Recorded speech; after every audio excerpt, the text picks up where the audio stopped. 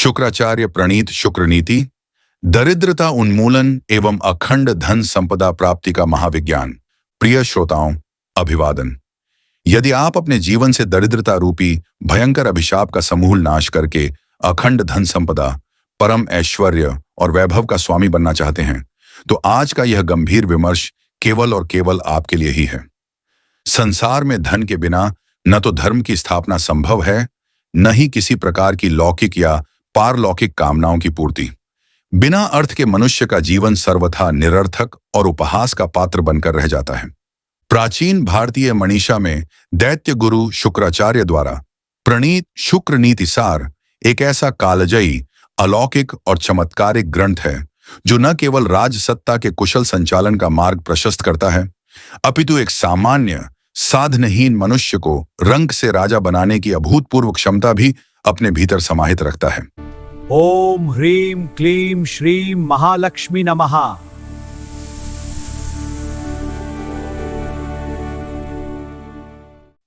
कल्पना कीजिए उस प्रज्ञावान महर्षि की जिनके पास मृत देह में प्राण फूंक देने वाली मृत संजीवनी विद्या का तप और सामर्थ्य था। यदि शुक्राचार्य किसी मृत देह को पुनर्जीवित कर सकते थे, तो उनकी नीतियां किसी भी मृतप्राय, विपन्न और दरिद्र अर्थव्यवस्था में धन और समृद्धि के प्राणों का संचार भी निश्चित रूप से कर सकती हैं। आचार्य शुक्र स्पष्ट करते हैं कि धन केवल भाग्य या दैव के भरोसे बैठे रहने से प्राप्त नहीं होता, अपितु वह सम्यक नीति, कठोर अनुशासन, निरंतर उद्यम और विवेकपूर्ण वित्तीय प्रबंधन का प्रतिफल है। यदि आज आप दरिद्रता के सघन अंधकार से निकलकर संपन्नता और स्वर्णमयी आभा के सूर्योदय की ओर अग्रसर होना चाहते हैं, तो शुक्राचार्य द्वारा प्रतिपादित इन गूढ़ और सिद्ध नीतियों को अपने जीवन का आधार बना लें। यह विस्तृत प्रस्तुति आपको धन प्राप्ति, संचय, निवेश, विस्तार और दान के उन शाश्वत सिद्धांतों से परिचित कराएगी जो सहस्रों वर्षों पूर्व जितने अचूक थे, आज के इस आधुनिक और प्रतिस्पर्धी युग में भी उतने ही फलदायी और प्रासंगिक हैं। अतः पूर्ण एकाग्रता के साथ इस ज्ञान गंगा में अवगाहन करें और अपनी आर्थिक नियति को स्वयं अपने हाथों से नवनिर्मित करें। शुक्र नीति में धन को मानव जीवन का एक अत्यंत महत्वपूर्ण और केंद्रीय तत्व माना गया है। उनका स्पष्ट अभिमत है कि नीति और धर्म से विहीन होकर कमाया गया धन कभी भी स्थायित्व प्राप्त नहीं कर सकता, परंतु इसके साथ ही महर्षि शुक्र इस कटु सत्य को भी पूर्ण प्रबलता के साथ उद्घाटित करते हैं कि धन के अभाव में मनुष्य का समाज में कोई अस्तित्व या सम्मान शेष नहीं रह जाता। धनहीनता एक ऐसा सामाजिक अभिशाप है जो मनुष्य के समस्त सद्गुणों को ग्रस लेता है। इस मर्मभेदी यथार्थ को शुक्राचार्य ने एक अत्यंत हृदय स्पर्शी श्लोक के माध्यम से व्यक्त किया है। अर्थेन परिहीणम तु नरम स्पृश्यताम गतम त्यजंती बांधवा सर्वे मृतम सत्वमेवासवहनम। इस श्लोक का गंभीर भावार्थ यह है कि जिस प्रकार शरीर से प्राणवायु के निकल जाने पर वह देह मृत हो जाती है और सगे संबंधी उस प्राणहीन देह का अंतिम संस्कार करके उसे त्याग देते हैं, ठीक उसी प्रकार अर्थात धन से विहीन हो चुके मनुष्य को यह समाज एक मृत प्राणी के समान ही समझता है। दरिद्रता के कारण वह व्यक्ति अछूत के समान हो जाता है और उसके अपने सगे संबंधी, मित्र तथा बांधव भी उसका साथ छोड़ देते हैं। इसलिए जीवन में आत्मसम्मान और सामाजिक प्रतिष्ठा को बनाए रखने के लिए न्यायपूर्ण और नीति सम्मत मार्गों से धन का उपार्जन करना प्रत्येक मनुष्य का सर्वप्रमुख कर्तव्य है। शुक्राचार्य चेतावनी देते हैं कि जो व्यक्ति यौवन काल में धन कमाने के प्रति आलस्य करता है, उसे वृद्धावस्था में अपमान और तिरस्कार का विषपान करना ही पड़ता है। अतः धनोपार्जन की लालसा को कभी भी हेय दृष्टि से नहीं देखना चाहिए, बशर्ते वह नीति और सत्कर्मों की नींव पर आधारित हो। धन प्राप्ति एवं उपार्जन के अमोघ मार्ग और कर्मयोग। शुक्र नीति के अनुसार धनोपार्जन की प्रथम सीढ़ी व्यक्ति का अपना कर्म, उसका कौशल और उसकी प्रज्ञा है। महर्षि स्पष्ट करते हैं कि लक्ष्मी चंचला अवश्य है, परंतु वे सदैव उसी व्यक्ति के प्रांगण में ठहरती हैं जो परिश्रमी, नीतिवान, उद्यमशील और दूरदर्शी होता है। धन प्राप्ति के मार्ग में सबसे बड़ी बाधा मनुष्य की अपनी मूर्खता, अदूरदर्शिता और अकर्मण्यता होती है। आचार्य शुक्र ने मूर्ख व्यक्ति के लक्षणों का अत्यंत सूक्ष्मता से वर्णन करते हुए सचेत किया है कि जो व्यक्ति एक साथ दो नावों में पैर रखता है, वह मूर्ख निश्चित रूप से डूब जाता है। इसका गूढ़ अभिप्राय यह है कि मनुष्य को धन कमाने की तीव्र लालसा में कभी भी दो सर्वथा भिन्न दिशाओं या व्यवसायों में एक साथ प्रयत्न नहीं करना चाहिए। जो व्यक्ति किसी एक कार्य का संपूर्ण भार उठाए बिना ही और उस कार्य को पूर्णता तक पहुंचाए बिना ही दूसरे कार्यभार की ओर अपने हाथ फैला देता है, वह न तो प्रथम कार्य में सफल हो पाता है और न ही द्वितीय कार्य में। इस दिशाहीन प्रक्रिया में वह अपनी संचित ऊर्जा, अपना बहुमूल्य समय तथा अपनी आरंभिक पूंजी तीनों का ही समूल नाश कर बैठता है। एकाग्रता, धैर्य और एकनिष्ठ प्रयास ही धन प्राप्ति का सर्वोत्कृष्ट और अबाधित मार्ग है। इसके अतिरिक्त धन अर्जन के लिए योग्यताओं और कलाओं का परिमार्जन नितांत आवश्यक है। महर्षि का कथन है कि विद्या और कला से संपन्न व्यक्ति विश्व के किसी भी कोने में चला जाए, वह कभी भूखा नहीं रह सकता। उसका कौशल ही उसके लिए कामधेनु के समान धन की वर्षा करता है। शुक्र नीति में यह भी उपदेश दिया गया है कि व्यक्ति को ज्ञान और अर्थ का उपार्जन इस प्रकार करना चाहिए मानो वह अमर हो, और धर्म का आचरण इस प्रकार करना चाहिए मानो मृत्यु ने उसके केश पकड़ रखे हों। इसका तात्पर्य यह है कि धन कमाने में कभी भी यह सोचकर शिथिलता नहीं लानी चाहिए कि जीवन बहुत छोटा है, अपितु लंबी योजनाएं बनाकर निरंतर उद्यमशील रहना चाहिए। इसी के साथ महर्षि उस व्यक्ति को महामूर्ख की संज्ञा देते हैं जो धन की कामना तो करता है, धनवान बनने के स्वप्न भी देखता है, परंतु उस दिशा में कोई व्यावहारिक प्रयत्न नहीं करता, जो केवल आलस्य में अपना अमूल्य समय गंवाता है, दूसरों की प्रगति से ईर्ष्या करता है, अथवा जो अपनी पत्नी की अनुचित दास्ता करता है और व्यर्थ के विवादों या अत्याचारी व्यक्तियों की सहायता करता है। ऐसा मनुष्य कभी भी लक्ष्मी का कृपा पात्र नहीं बन सकता। धन प्राप्ति के लिए व्यक्ति का चरित्र, उसका उद्यम और उसकी एकाग्रता, ये तीनों ही तत्व पारसमणि के समान कार्य करते हैं। धन कमाना जितना श्रम साध्य और जटिल है, उससे कहीं अधिक दुष्कर उस अर्जित धन का संचय, संरक्षण और प्रबंधन करना है। शुक्राचार्य ने इस मनोवैज्ञानिक और व्यावहारिक सत्य को अत्यंत स्पष्ट रूप से उद्घाटित किया है कि धन अर्जित करने वाले व्यक्ति को ही उसके नाश होने पर सर्वाधिक पीड़ा होती है। यहां तक कि उसकी अपनी पत्नी और संतान भी उस पीड़ा को उस गंभीरता से अनुभव नहीं कर सकते, तो फिर अन्य बाह्य लोगों या समाज की तो बात ही क्या है। जो व्यक्ति धन का अर्जन करना तो भली भांति जानता है, परंतु उस संचित संपत्ति का रक्षण और संवर्धन करना नहीं जानता, संसार में उससे बड़ा कोई मूर्ख नहीं है। ऐसे व्यक्ति की सारी जीवन भर की मेहनत, भागदौड़ और बौद्धिक क्षमता अंततः व्यर्थ प्रमाणित होती है। धन के संरक्षण के संदर्भ में शुक्राचार्य ने गोपनीयता को एक परम अस्त्र और रक्षा कवच माना है। शुक्र नीति में 9 ऐसी नितांत व्यक्तिगत बातों का उल्लेख किया गया है जिन्हें किसी भी परिस्थिति में किसी के भी समक्ष सार्वजनिक नहीं करना चाहिए।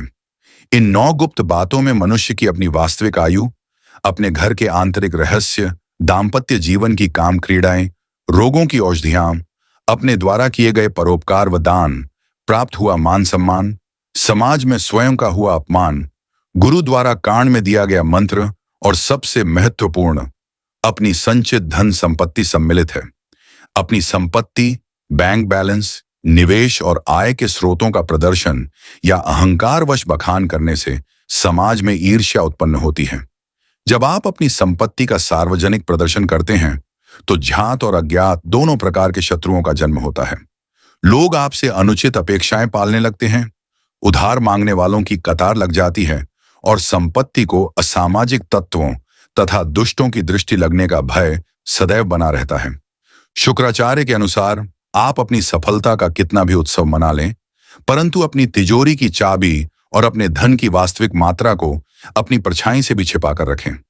धन का स्वभाव अत्यंत संवेदनशील होता है।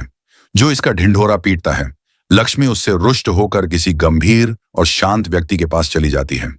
इसलिए अर्थोपार्जन और संचय की प्रक्रिया को सदैव नितांत शांतिपूर्ण, सौम्य और गोपनीय रखना चाहिए।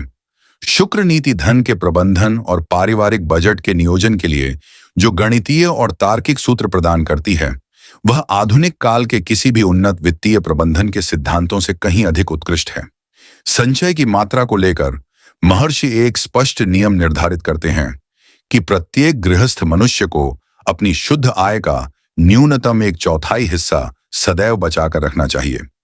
इस संचित कोष को सामान्य परिस्थितियों में कभी भी व्यय नहीं करना चाहिए। इस 25% की बचत को एक अभेद्य रक्षा कवच की भांति भविष्य के अज्ञात संकटों के लिए सुरक्षित रखना चाहिए।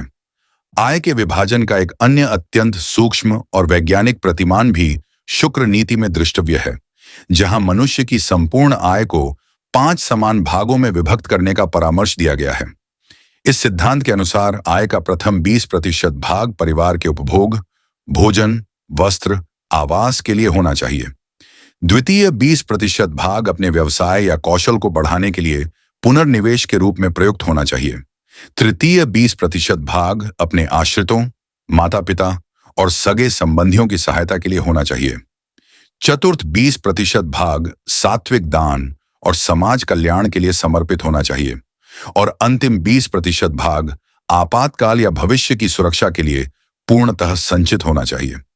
जो मनुष्य अपने पारिवारिक बजट को इस संतुलन के साथ चलाता है, उसके घर में कभी भी कंगाली या आरण का दुष्चक्र प्रवेश नहीं कर सकता। केवल धन को तिजोरी में बंद करके एक कंजूस की भांति संचित करते रहना और उसका कोई व्यापारिक सदुपयोग न करना भी शुक्र नीति के अनुसार मूर्खता का ही एक लक्षण है। धन का स्वभाव जल के समान होता है। यदि वह एक ही स्थान पर लंबे समय तक रुक जाए तो उसमें विकार उत्पन्न हो जाता है और वह सड़ने लगता है, परंतु यदि वह निरंतर प्रवाहित होता रहे तो निर्मल और वर्धमान रहता है। शुक्राचार्य परामर्श देते हैं कि जब उपर्युक्त बचत के नियमों का पालन करते हुए 1 वर्ष या कुछ समय पश्चात विपुल धन संचित हो जाए तो उस धन को तिजोरी में व्यर्थ नहीं पड़े रहने देना चाहिए, अपितु उस धन को किसी लाभप्रद व्यापार, कृषि अथवा उद्यम में निवेश कर देना चाहिए, जिससे धन से और अधिक धन की उत्पत्ति हो सके। सामाजिक अर्थशास्त्र और मानवीय मनोविज्ञान के परम ज्ञाता महर्षि उशना ने उधार के लेन देन के संदर्भ में अत्यंत कठोर परंतु यथार्थपरक नियम प्रतिपादित किए हैं। प्रायः हम देखते हैं कि मनुष्य सामाजिक संबंधों, भावनाओं और संकोच के वशीभूत होकर अपना बहुमूल्य धन नष्ट कर बैठता है। आचार्य का स्पष्ट और कड़ा निर्देश है कि कभी भी मित्रता के मध्य धन का लेन देन नहीं करना चाहिए। धन एक ऐसा ज्वलनशील तत्व है जो प्रगाढ़ से प्रगाढ़ मित्रता को भी क्षण भर में भस्म कर सकता है। जब किसी को धन उधार दिया जाता है तब लेने वाला व्यक्ति अत्यंत प्रसन्न होता है, परंतु जब उसी धन को लौटाने का समय आता है तो उसके व्यवहार में कटुता आ जाती है। वह दृष्टि चुराने लगता है, जिससे धन भी डूबता है और वर्षों पुराना संबंध भी टूट जाता है। इसके साथ ही किसी को भी उधार देते समय संपूर्ण व्यावहारिकता का पालन करना चाहिए। लोक लज्जा या सामाजिक संकोच के कारण ऐसे व्यक्ति को कभी अपना धन उधार नहीं देना चाहिए, जिससे मूल धन वापस मिलने की भी कोई संभावना न हो। धन केवल वहीं आरण स्वरूप देना चाहिए जहां से उसकी वापसी की पूर्ण गारंटी हो। लेन देन सदैव लिखित रूप में बही खातों में दर्ज होना चाहिए। इन प्रलेखों में आरण देने वाले और लेने वाले का नाम, लेन देन की स्पष्ट तिथि और सबसे महत्वपूर्ण वापसी की सुनिश्चित तिथि का स्पष्ट रूप से उल्लेख होना चाहिए। यह सब करते हुए किसी प्रकार का संकोच नहीं करना चाहिए। शुक्र नीति यह भी स्पष्ट करती है कि इस संपूर्ण प्रक्रिया में किसी विश्वसनीय साक्षी का उपस्थित होना और उसका नाम दस्तावेजों में दर्ज होना परम आवश्यक है। जो व्यक्ति भावनाओं में बहकर लेन देन में नियमों की अवहेलना करता है, वह अंततः अपने ही धन से हाथ धो बैठता है। एक अन्य अत्यंत महत्वपूर्ण नियम यह है कि जिस माध्यम से धन दिया गया हो, वापसी भी उसी माध्यम से होनी चाहिए। उदाहरणार्थ, यदि आपने स्वर्ण दिया है तो वापसी भी स्वर्ण में लें। यदि नकद दिया है तो नकद ही लें, जिससे भविष्य में किसी भी प्रकार का विवाद या भ्रम उत्पन्न न हो। भारतीय परंपरा में पितृ आर्ण अर्थात पिता के कर्ज को चुकाने का पुत्र का दायित्व की एक बड़ी मान्यता रही है, परंतु शुक्र नीति के सिद्धांत इस पर भी एक व्यावहारिक नियंत्रण लगाते हैं। यदि कोई पिता भारी कर्ज लेकर उसे चुकाने में असमर्थ रहता है तो कर्जदाता को यह अधिकार नहीं होना चाहिए कि वह पुत्र को अनंत काल तक प्रताड़ित करे। इस कर्ज की सीमा तय होनी चाहिए, जिससे कर्ज देने वाले भी जागरूक रहें और केवल उन्हीं लोगों को कर्ज दें जिनकी साख उत्तम हो। इससे बाजार में एक संतुलित और उत्तरदायी आरण प्रणाली का विकास होता है। यह नियम इस बात का प्रमाण है कि शुक्राचार्य की नीतियां भावना प्रधान न होकर पूर्णतः तार्किक और न्यायसंगत हैं। आपत्तिकाल एवं प्राण रक्षा हेतु संपत्ति का सदुपयोग। जीवन अनिश्चितताओं का सागर है। मनुष्य चाहे कितना भी योजनाबद्ध तरीके से जीवन यापन करे, किंतु संकट कभी बताकर नहीं आते।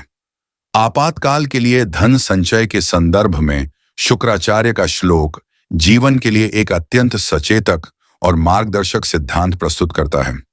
आपदर्थे धनम रक्षेच श्रीमताम कुतापद कदाचित चलते लक्ष्मीहा संचितम च विनश्यति नीलौ। इस श्लोक का अर्थ यह है कि मनुष्य को चाहिए कि वह भविष्य में आने वाली आपत्तियों अथवा भयंकर संकट के समय के लिए धन का संचय अवश्य करे। कई बार जो लोग अत्यंत संपन्न और धनवान होते हैं, उन्हें अपने ऐश्वर्य पर यह अहंकार हो जाता है कि हम तो सर्वथा समृद्ध हैं, हमारे जीवन में विपत्ति कैसे आ सकती है। परंतु शुक्राचार्य चेतावनी देते हैं कि लक्ष्मी का स्वभाव अत्यंत चंचल है। भाग्य के परिवर्तन होते ही या समय का चक्र घूमते ही बड़े बड़े धनवानों की वर्षों की संचित संपत्ति भी क्षण भर में नष्ट हो जाती है। इसलिए अहंकार को त्याग कर सदैव एक विपुल धनराशि को आपत्तिकाल के लिए पृथक रखना चाहिए। परंतु इसी के साथ शुक्राचार्य एक और महत्वपूर्ण नीति की ओर ध्यानाकर्षण करते हैं। जब वास्तविक आपातकाल आ ही जाए या जब कोई भयंकर प्राणलेवा परिस्थिति उत्पन्न हो जाए, किसी प्रियजन को गंभीर बीमारी घेर ले, तब प्राणों की रक्षा के लिए धन का मोह सर्वथा त्याग देना चाहिए। ऐसे समय में जब धन की अत्यधिक आवश्यकता पड़े, तब बिना किसी संकोच के अपने उसी संचित धन का व्यय करना चाहिए। ऐसे संकट के समय धन के विषय में सोचना या कंजूसी दिखाना अनर्थ को निमंत्रण दे सकता है।